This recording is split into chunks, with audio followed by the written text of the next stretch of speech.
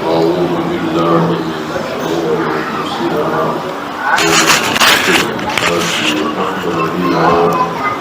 ومن يهده الله فلا مضل له ومن يضلل فلا هادي له أشهد أن لا إله إلا الله وحده لا شريك له وأشهد أن محمدا عبده ورسوله وبعد. Kita melanjutkan tipuan terhadap orang-orang yang ahli ibadah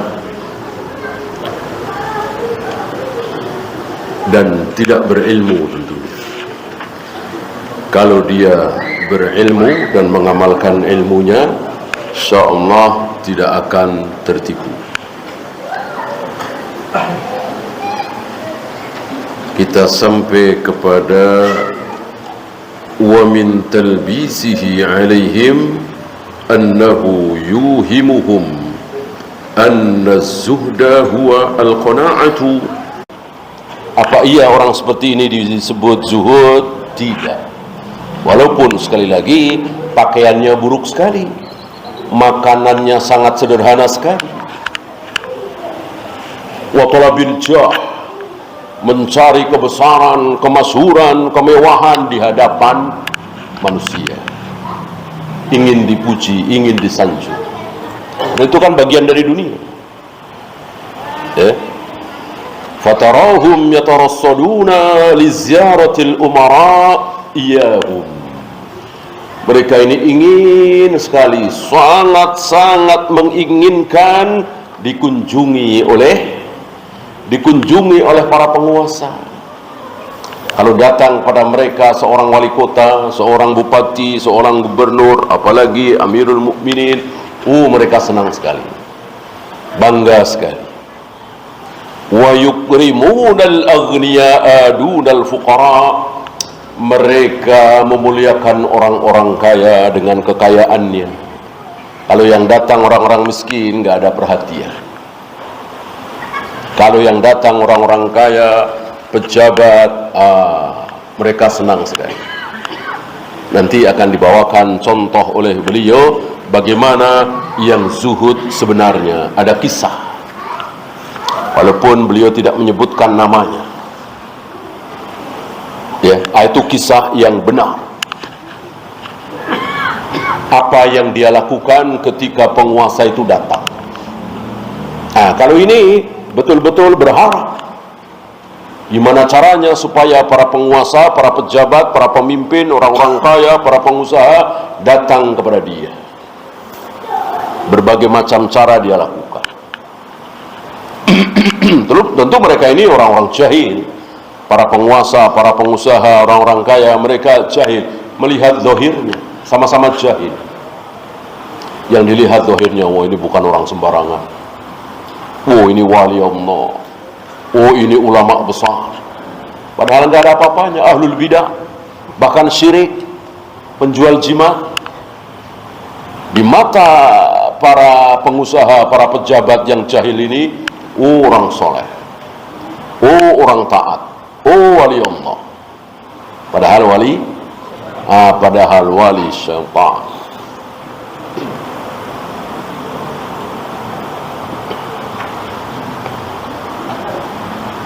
Wa yatakhasha'una 'inda liqa'in nas.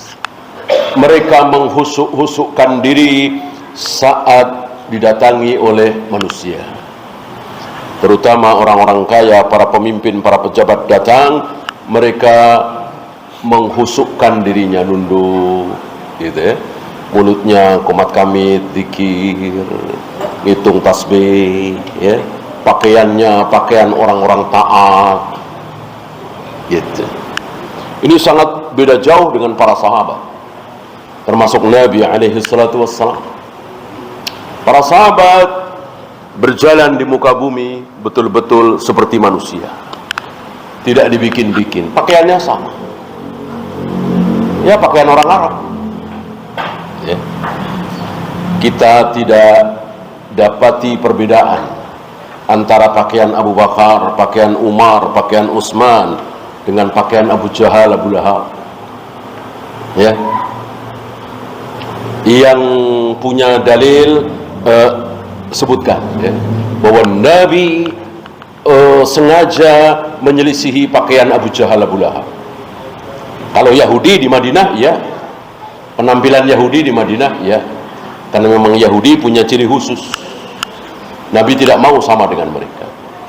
Adapun Abu Jahal, Abu Lahab tidak didapat. Ya. Nah, siapa yang mengatakan bahwa pakaian para sahabat sengaja berbeda dengan pakaian Abu Jahal, Abu Lahab, hatu burhanakum in kuntum shadiqin. Kalau memang ada, kita sami'na wa ata'na. Kalau memang ada. Ya. Artinya para sahabat betul-betul menampakkan sebagai manusia, orang Arab, seperti itu. Oleh karena itu beberapa masyayikh yang datang ke negeri kita ini, banyak dari mereka ya berpakaian seperti apa yang ada di negeri kita ini. Kalau tidak salah waktu itu Syekh Muhammad, ya, beliau di hari pertama pakai ya biasalah gamis, surban, orang Saudi kan begitu. Di hari kedua atau hari ketiga beda beliau. Pakai sarung, pakai baju seperti baju koko, peci, ya, sama dengan yang hadir. Dan beliau sampaikan ini adalah sunnah. Ini adalah sunnah. Apa? Berpakaian sama dengan kaum muslimin setempat. Kaum muslimin setempat disamakan. Abdullah bin Mubarak pernah memakai penutup kepala. Beliau datang ke satu negeri yang penutup kepalanya beda dengan beliau. Beda, modelnya beda. Antum tahu kan? Pecinya orang Mesir, pecinya orang Turki, pecinya orang Saudi, pecinya orang Indonesia, kan beda-beda. Nah, di mana kita berada, sunnah memakai seperti itu. Karena dalam Islam tidak ada model pakaian tertentu, tidak ada. Oh, pakaian Islam itu seperti ini, nggak ada. Kalau sifatnya iya, menutup aurat, tidak terlalu ketat, gitu. Hindari warna merah semerah-merahnya, kuning sekuning-kuningnya, yang dicelup, tidak ada warna lain. Laki-laki tidak boleh memakai pakaian sutra dan seterusnya. Adapun model seperti apa, Islam tidak pernah mengatur. Oleh karena itu kaum muslimin Saudi misalnya beda dengan kaum muslimin Mesir, beda lagi dengan kaum muslimin Malaysia, Indonesia, dan seterusnya. Nah, begitu para sahabat memahaminya. Nah, hari ini termasuk apa yang terjadi waktu itu yang dijelaskan oleh beliau di sini, seolah ada pakaian khusus kaum muslimin, terutama orang-orang taat. Jadi kalau berpakaian, bahkan ini melanda sebagian ikhwan-ikhwan kita waktu itu. Mudah-mudahan syubhat ini hilang, ya. Seolah kalau ada ikhwan salaf pakai celana panjang, pakai kemeja, pakai baju koko, itu seolah tercela. Harus pakai gamis. Ya. Sekali lagi, hatu burhanakum in kuntum shadiqin.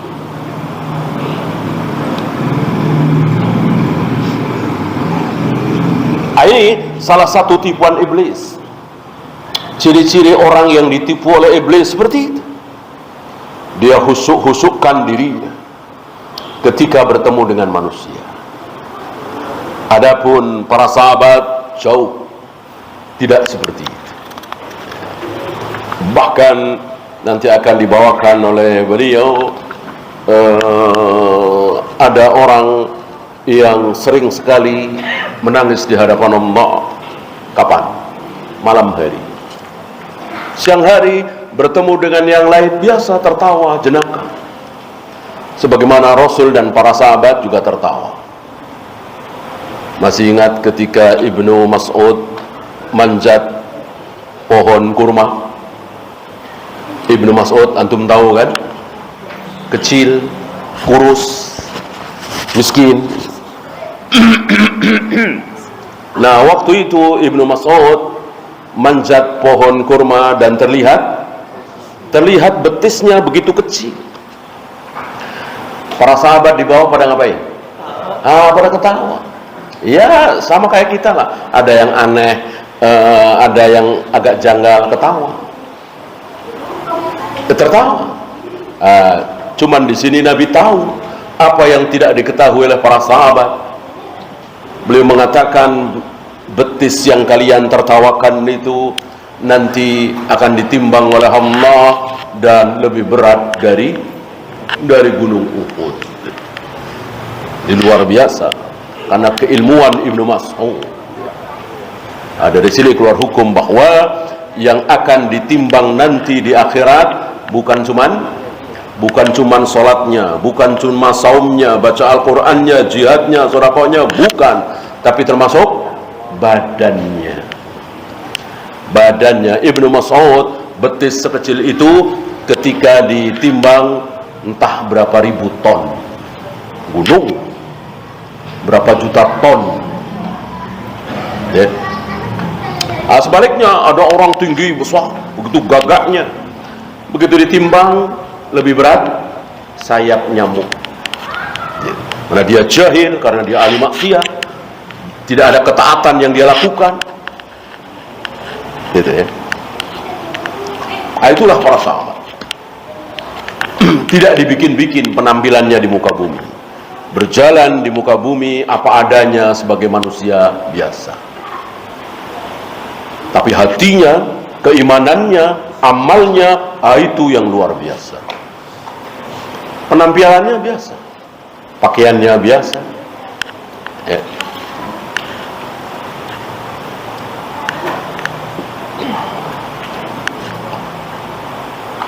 Wa rubbama radda ahaduhum al-ma', dan kadang-kadang mereka menolak ketika diberi harta, dikasih hadiah, uang, menolak. Li'alla yuqalu qad badalahu minaz zuhd, agar orang-orang menilai, zuhud ini. Kalau enggak, saya cari pahala, saya tidak cari uang, saya cari ridha Allah, saya tidak cari hadiah, saya tidak mau digaji.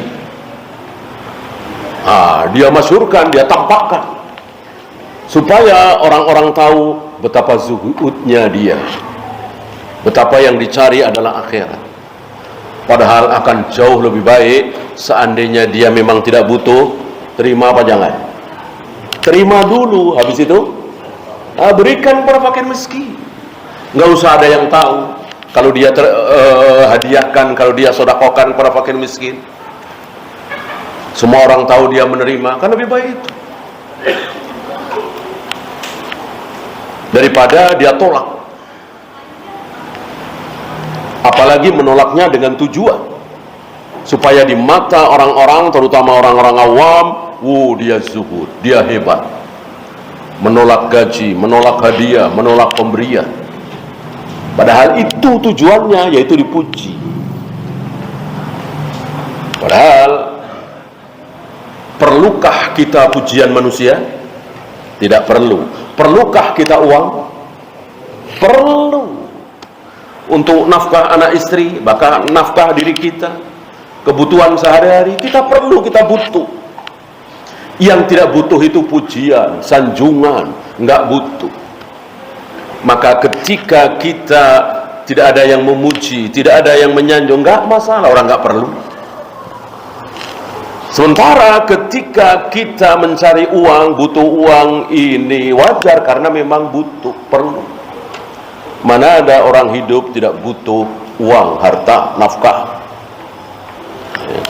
Justru yang dia perlu malah tolak, yang dia nggak perlu malah dicari-cari. Ini tercela.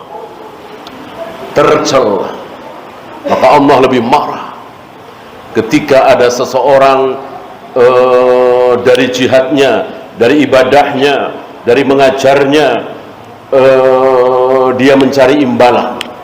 Dan lebih marah lagi kalau dia mencari pujian. Maka Allah memberikan jannah, terutama bagi para pengajar Al-Quran. Untuk apa? untuk diberi upah. Karena memang butuh. Apalagi dia mengajar dari pagi sampai siang, dari pagi sampai sore, dari Senin sampai Jumat. Pantaskah dia diberi sesuatu, gaji, hadiah, dan itu? Pantas sekali. Sangat pantas sekali. Walaupun yang diajarkan agama. Tentang mana yang halal, mana yang haram, bagaimana cara membaca Al-Quran yang baik dan benar, tajwid, dan seterusnya.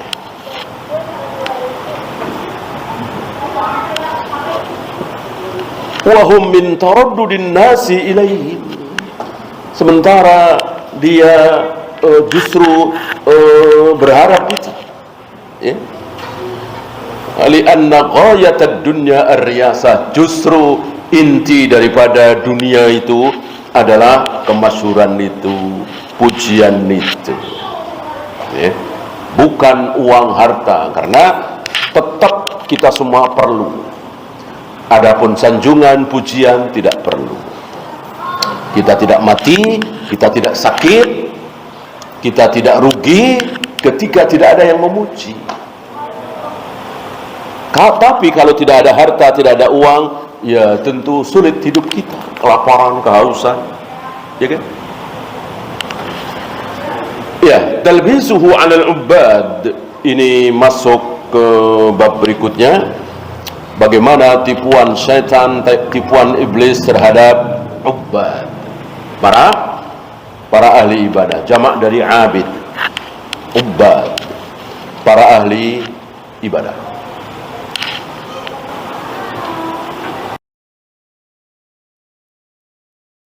Aksaru ma yulabbisu bihi iblis, yang terbanyak dipakai oleh iblis untuk menipu manusia.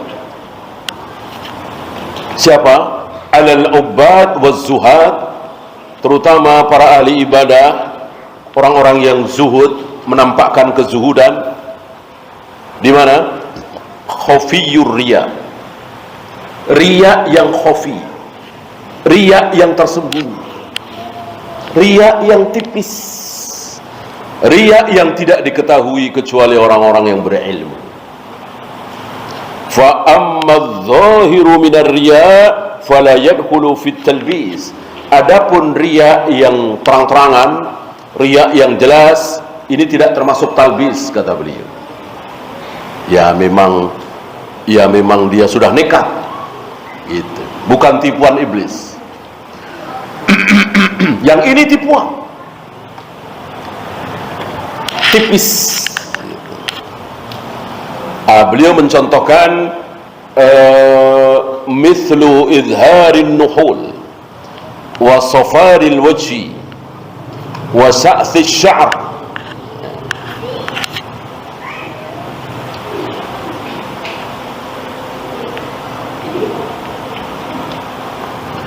Menguruskan badan sengaja, ya, bukan karena dia sakit, bukan karena diet, bukan karena memang sengaja dia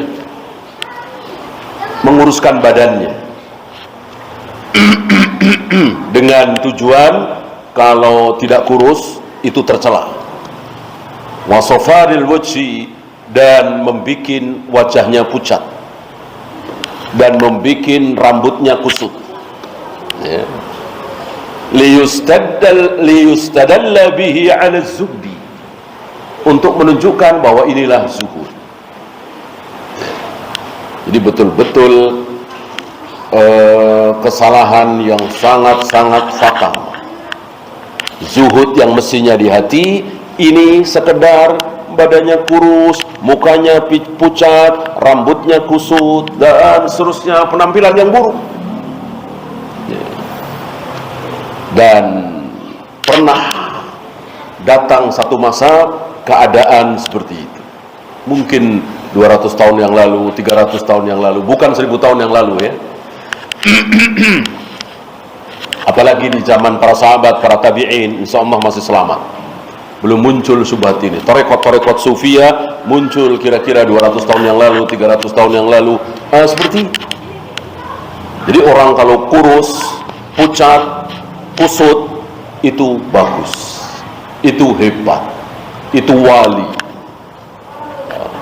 Di beberapa daerah hari ini masih ada anggapan seperti itu. Rambutnya acak-acakan, nggak pernah pakai baju, ya kan? Wah, ini wali, ya. Wah, ini wali Allah.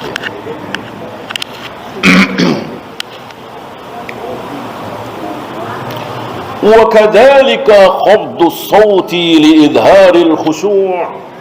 Begitu pula dengan merendahkan suara untuk menunjukkan bahwa ini kehusyuan. Sekali lagi, khusyuk terlihat di fisik apa di hati? Di hati, bukan di fisik. Ya, khusyuk itu di hati. Maka berapa banyak orang yang menunduk, suaranya pelan, tetapi sangat tidak khusyuk. Liar di apa yang ada di hatinya, liar. Wa kadzalika ar-riya'u bis-salati was-sadaqati wa mithlu hadhihi adh-dhawahir la takhfa. Begitu pula ketika orang salat, ketika orang sedekah, maka beliau bawakan sabda Nabi alaihi salatu wassalam, innamal a'malu binniyat. Ini hadis tentang ikhlas. Hadis pertama yang ditulis oleh Al-Imam An-Nawawi dalam kitab beliau yang sangat terkenal Ar-Riyadhus Shalihin.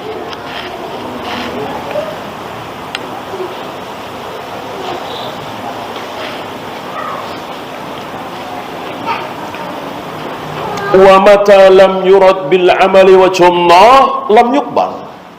Barang siapa yang beramal dari amalnya tidak berharap wajah Allah, tidak akan diterima. Masih ingat syarat diterima ibadah ada berapa? Ada 2. Bukan cuma 1. Bukan cuma sholat, zikir, azan, qomat, wudu, persis seperti cara Nabi. Masih ada 1 lagi. Apa? Ikhlas. Salatnya, wudunya, azannya, qomatnya betul-betul karena Allah. Ya, dan dua-duanya harus ada. Orang yang begitu ikhlas berharap ridha Allah, tapi amalannya berbeda dengan cara Nabi. Bid'ah. Diterima apa tidak? Tidak. Kemudian beliau membawakan ucapan nasihat Malik bin Dinar.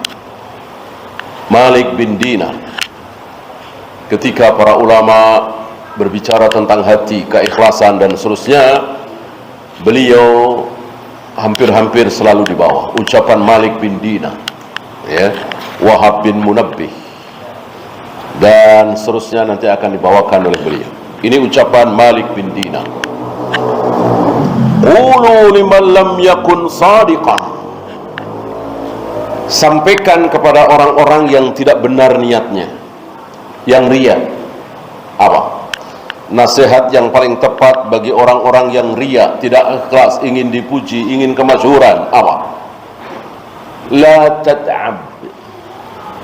Jangan sampai capek. Jangan capek ya. Karena apa? Orang-orang yang riya itu lelah. Orang yang beribadah ingin sanjungan manusia, capek, lelah. Oleh karena itu jangan sekali-kali antum beribadah, antum beragama, antum melakukan ketaatan kepada Allah berharap penilaian manusia. Capek, lelah. Tata'ab. Beda dengan orang-orang yang ikhlas. Karena Allah peduli amat. Tetangga mau bilang apa, teman-teman mau ngomong apa, yang penting saya taat kepada Allah sebagaimana tuntunan Nabi SAW. Enak, nikmat, lezat, tidak capek. Coba kalau orang yang selalu pusing dengan penilaian manusia, capek. Ya. Pakai baju ada yang capek. Ntar orang ngomong gimana kalau saya pakai baju begini, ganti lagi, ya kan? Nah itu, baru pakai baju, belum beramal ini begitu. Tepat sekali nasihat beliau. Qulu liman lam yakun sadiqan la tata'ab. Sampaikan kepada orang-orang yang tidak benar niatnya itu, yang riya itu, yang tidak ikhlas itu, jangan sampai capek ya. Karena pasti capek, lelah. Beda dengan orang yang ikhlas. Ya. Maka jangan pedulikan apa kata manusia.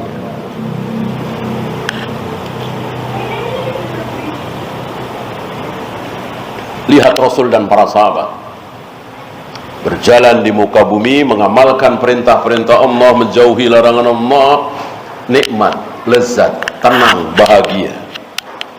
Jadi sampai kepada manhaj.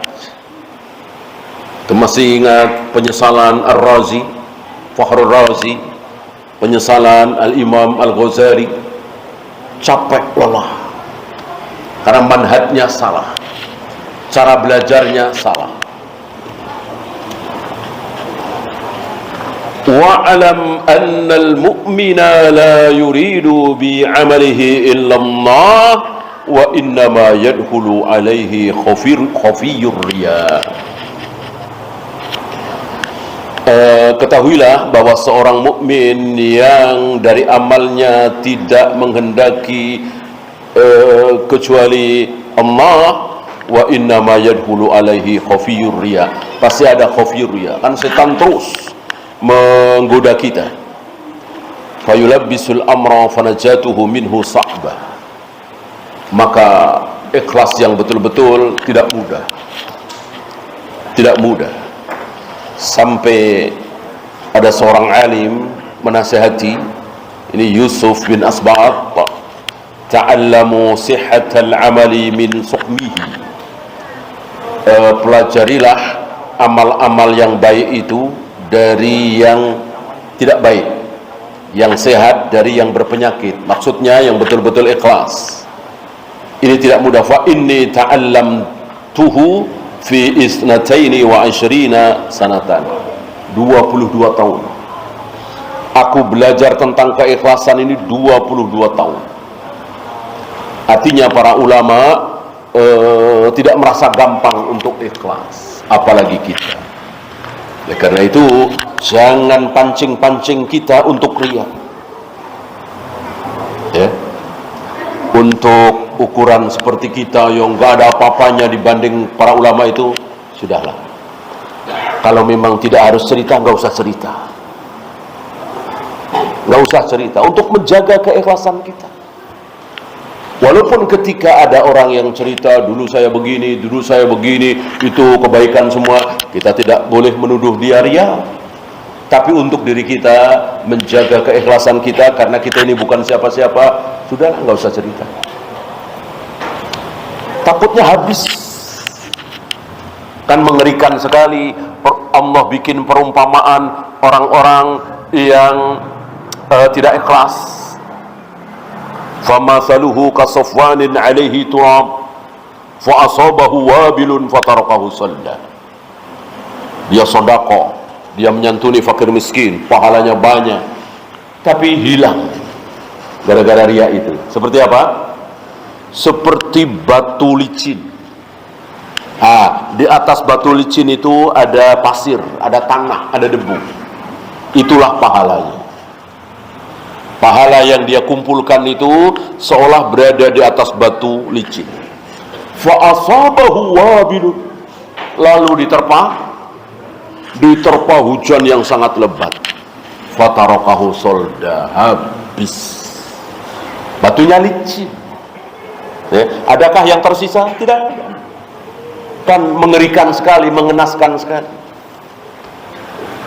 Mungkin antum pernah ngalami, ponakan mungkin, atau sepupu mungkin, atau bahkan cuman tetangga di kampung, tapi dia ke Jakarta, tinggal di rumah antum bertahun-tahun, dari kecil dibiayai, disekolahkan dan seterusnya. Nah, sampai dewasa dia sukses. Lalu karena satu dan lain hal, antum butuh uang, nggak banyak, cuman 3 juta, 4 juta, itu pun minjem, nggak minta, nggak dikasih, padahal bertahun-tahun di rumah antum yang biayai, makan, sekolah, segala macam. Sekarang sukses dia, jadi pejabat misalnya, Ya, antum sakit hati. Antum sakit hati. Keluar dari mulut antum. Bil manni wal adha istilahnya. Diungkit-ungkit, dibangkit-bangkitkan. Dasar anak nggak tahu diri, nggak tahu diuntung, dan seterusnya. Pahala antum yang luar biasa besar hilang. Hilangnya seperti apa? Tadi ayat itu membahas permisalan orang seperti tadi. La tubtilu shadaqatikum bil manni wal adha. Jangan kalian hilangkan pahala sedekah kalian dengan al-manni wal adha, dengan diungkit-ungkit, dengan menyakiti. Walaupun betul dia keterlaluan. Orang yang tidak tahu berterima kasih betul, tapi sudah dia daripada pahala habis. Ya, kan sayang sekali. Pahala begitu banyak habis gara-gara emosi kita lalu mengeluarkan kalimat tadi. Maka alangkah baiknya dan alangkah bahagianya jika antum sering berbuat baik kepada manusia, lalu lupa bahagia antum. Ya, lupa. Ada orang bayar utang ke antum 5 juta, antum lupa. Ya, kapan saya ngutangin? Bahagia. Berarti kalau nggak bayar juga antum nggak tahu, lupa. Kalau antum sering nolong, antum sering bantu, antum lupa. Bukan diinget-inget, malah dicatat, ya kan?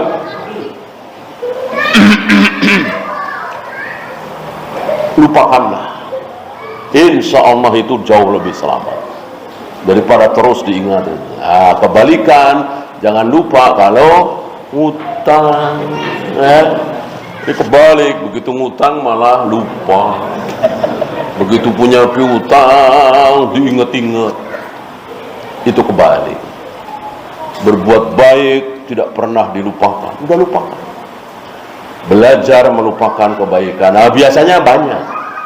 Saking banyaknya orang-orang dermawan itu kan, ya insya Allah akan lupa siapa aja yang dia kasih, yang dia tolong. Orang banyak sekali. Ya, ratusan orang, ribuan orang yang dia bantu, ya tentulah dia lupa.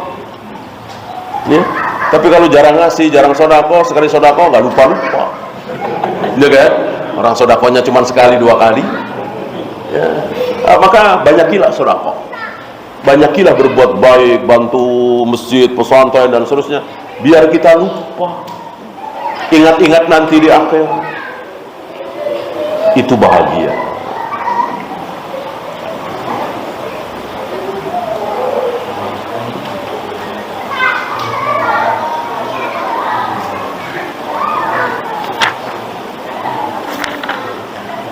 ولخوف الرياء ستر الصالحون أعمالهم حضرا عليها. Di antara ciri orang yang takut terjatuh ke dalam riya, itu orang-orang saleh menyembunyikan amal mereka agar tidak masuk ke dalam riya, disembunyikan. Wa bahrajuha bididdiha. Sementara yang dia tampakkan justru sebaliknya. Tapi bukan dosa. Dosa tidak boleh ditampakkan. Ya artinya bukan kesalehan, artinya ya biasa saja. Lucu ya ketawa, ya kan? Ya sekali marah ya seperti itu, gitu. Wa kana Ibnu Sirin yadhaku bin nahar wa yabki bil lail. Beliau membawakan contoh Ibnu Sirin, Muhammad bin Sirin. Itu tertawa di siang hari, di hadapan manusia biasa tertawa, tapi di malam hari selalu menangis. Bahkan ada yang menangis hampir setiap malam ketika qiyamul lail, takut kepada Allah, takut terhadap neraka. Hampir 20 tahun istrinya tidak tahu. Istrinya tidak tahu. Jadi betul-betul tangisannya dia pamerkan di hadapan Allah, tidak dipamerkan di hadapan manusia. Ada lagi dulu ketika dia di hadapan manusia, di hadapan jamaah,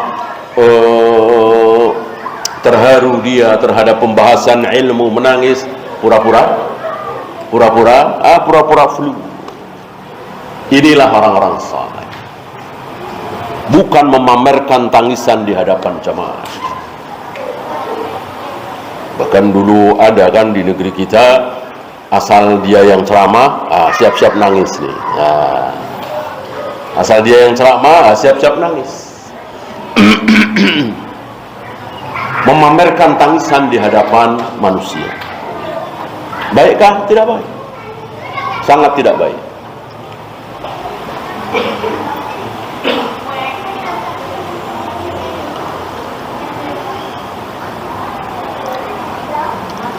Sekarang Ibnu Adham, ya.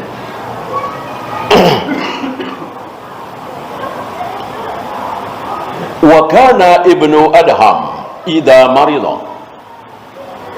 Ibnu Adham ini karena sering sebagian kita membaca dalam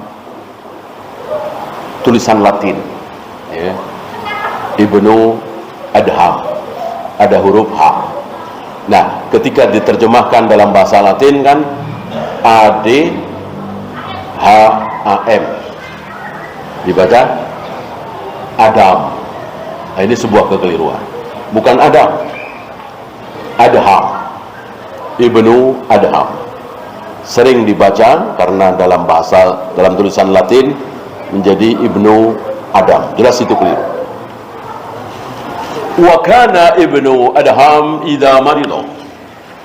Ibnu Adham ketika sakit, yura indahu ma ya'kuluhu al-asihha. Ketika dia sakit, maka yang dia makan adalah makanan orang-orang sehat. Gitu. Artinya dia tidak ingin menampakkan kepada manusia, temannya, saudaranya yang ada di hadapan dia bahwa dia sedang sakit. Disembunyikan. Yang dia makan makanan orang sehat. Makanan orang sehat dengan orang sakit kan tentu berbeda. Dia tidak mau menampakkan sakitnya. Ini salah satu orang kuat. Ketika dia sakit, teman-temannya mengira bahwa dia sehat.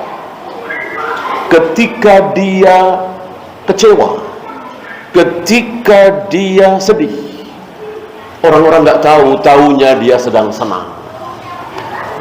Ini orang-orang hebat, orang-orang kuat, bisa menahan dirinya, tidak menampakkan amarahnya, tidak menampakkan kekecewaannya. Tentu jarang orang seperti ini.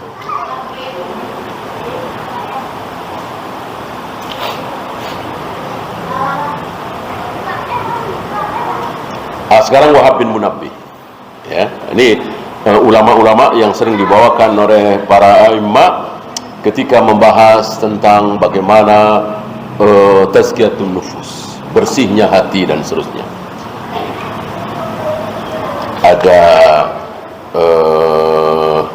siapa tadi? Malik bin Dinar, ada Ibnu Adham, sekarang Wahab bin Munabbih. Yaqul, kana rajulun min afdali hadhihi ahli zamani. Tidak disebutkan namanya oleh beliau, tidak tertutup kemungkinan beliau sendiri. Dan Nabi sallallahu alaihi wasallam mengatakan, aku tahu ada seorang nabi yang disakiti oleh umatnya, berdarah, luka kepalanya mengeluarkan darah, darah itu membasahi wajahnya. Lalu si nabi tersebut, ini kata Rasulullah ya, si nabi tersebut mengusap darah yang ada di wajahnya sambil mengucapkan, Allahumma gfir li qaumi fa innahum la ya'lamun. Ya Allah, ampuni umatku ini, mereka tidak tahu. Disakiti sampai berdarah malah mendoakan ampun. Ya. Ada nabi seperti itu kata Rasulullah. Padahal siapa nabi itu? Beliau sendiri, Rasulullah Muhammad SAW. Banyak ulama seperti itu. Ya, ketika berbicara tentang kebaikan dirinya, ada seorang ulama begini, ada seorang nggak kayak kita. Ya, saya nih, saya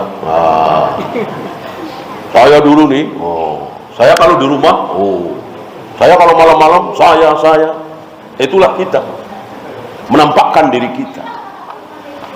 Para ulama ini tidak menampakkan kebaikannya itu dengan nama orang lain.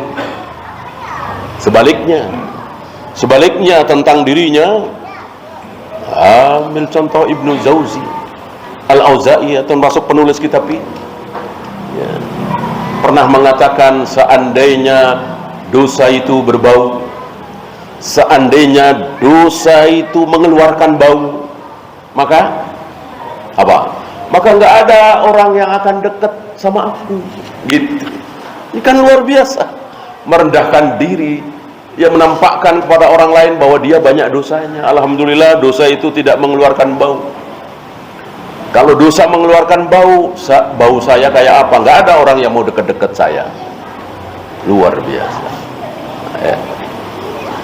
Nah, beliau mengatakan, kana rajulun min afdali ahli zamani. Ada seorang laki-laki yang mulia, termulia di zamannya. Wa kana yuzaru. Dia dikunjungi mungkin oleh teman-temannya kaum muslimin. Faya'iduhum. Setelah dikunjungi dia memberi nasihat, begini. Nasihat yang luar biasa. Fajtama'u ilaihi dhata yaumin faqal inna qad kharajna minad dunya faraqna al-ahla wal ammala maqafata tughyan wa qad khiftu an yakuna qad dakhala alaina fi hadhihi halatun min at-tughyan. Ini adalah nasihatnya luar biasa, bahwa satu ketika, siap atau tidak siap, kita akan meninggalkan dunia ini, kita akan meninggalkan istri kita, anak kita, harta kita. Luar biasa nasihatnya. Menasihati yang hadir di rumah beliau dengan nasihat yang luar biasa, supaya manusia menjauhi dosa, taat kepada Allah, semangat untuk ibadah, ingin masuk surga, takut neraka, dan seterusnya.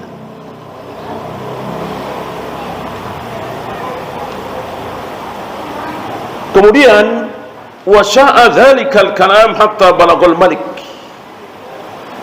Ucapan yang ikhlas luar biasa ini mengena di hati jamaah yang datang hari itu, lalu tersebar nasihat itu. Tentu ini semua kehendak Allah. Nasihat yang luar biasa ini tersebar, akhirnya sampai ke Malik, ke raja. Apakah sekedar amir atau khalifah? Ya, tidak disebut di sini. Penguasa. Nasihat ini sampai penguasa. Fa'ajiba bihi, maka si raja ini tertarik. Si raja yang muslim, yang insya Allah taat soleh ini, tapi mungkin kurang berilmu, ya, tertarik, takjub. Lalu dia mempersiapkan kendaraan untuk mendatangi rumah ini, rumah orang soleh ini, ya. Dan sampai berita bahwa raja sebentar lagi akan datang. Si orang soleh ini buru-buru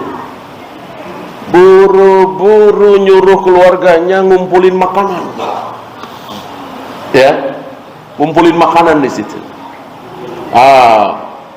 Pas raja datang, dia makan dengan lahapnya, ya, dia makan dengan lahapnya, menunjukkan bukan sebagai orang yang berilmu, makan lahap begini begitu, ya. Dia tidak ingin kesolehannya, keutamaannya diketahui oleh si raja, karena dia sebagai manusia tentu juga khawatir, kalau selama ini aku ikhlas karena Allah, karena di depanku ya orang-orang miskin, orang-orang biasa, kalau di hadapanku raja, penguasa, barangkali perasaanku akan lain. Seperti Imam Ahmad waktu itu kan pernah berdoa kepada Allah, ya Allah jangan pertemukan aku dengan Khalifah Al-Ma'mun. Gitu. Itulah orang soleh, tidak merasa soleh. Orang soleh tidak merasa kuat, tidak seperti kita. Ini dia tidak ingin tergoda, dia tidak ingin terfitnah, maka dia berusaha gimana caranya supaya si raja ini nggak tertarik dengan dia. Pokoknya dia makan dengan lahapnya, menunjukkan kalau dia itu bukan orang yang berilmu, orang yang soleh. Makan begitu lahap, begini begitu. Begitu melihat dia makan seperti itu, si raja ini kaget dan malas dan pulang. Langsung dia mengatakan, alhamdulillahilladzi sarafaka bi. Alhamdulillah, segala puji bagi Allah yang memalingkan dia dari. Inilah contoh orang soleh. Jadi betul-betul mencari ridha Allah, bukan ridho sang raja manusia. Ya, silakan adzan dulu. Sallallahu ala Muhammadin sallallahu alaihi wasallam wa akhiru da'wana alhamdulillahi rabbil alamin.